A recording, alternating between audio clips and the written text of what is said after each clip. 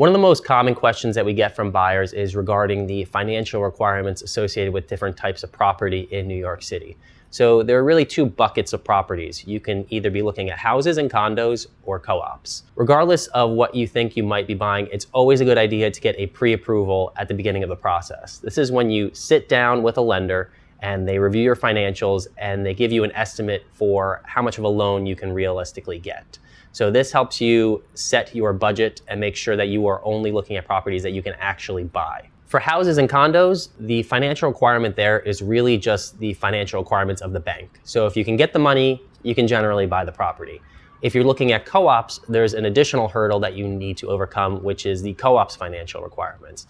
And co-ops are generally much more conservative than banks. So while you might satisfy the bank's requirements, you still might not be able to buy a co-op if you don't satisfy those additional financial requirements. So when you're thinking about a co-op, they'll generally have three metrics that you're going to need to pass, and all three of them are going to be more restrictive than a bank.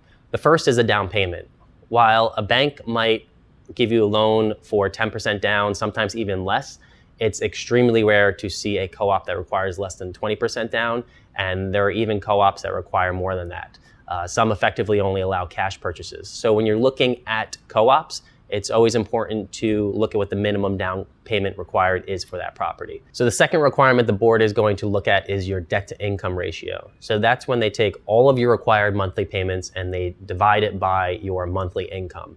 And this is the monthly payments that would be required if you were to buy the apartment. So if you have no other debt, it's going to be your monthly maintenance payment plus your mortgage payment.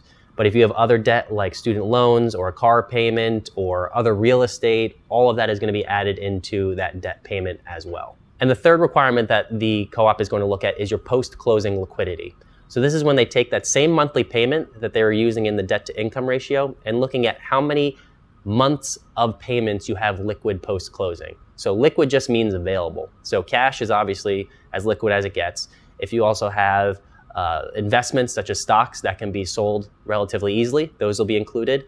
But if you have other assets like retirement or real estate, those are not going to be included. So if you have 12 to 24 months of post-closing liquidity, that will satisfy most co-op boards. So it's the down payment, the debt to income ratio, and the post-closing liquidity. And you should be looking at all three of those to make sure that you're not going to run into any issues with the co-op board. So if you have any questions and you want to run through your financials and make sure that you're going to be able to qualify for a certain apartment or a price range of apartments, feel free to reach out to me. My email is james@urevo.com. I read all of my emails, I respond quickly, and I'm happy to help.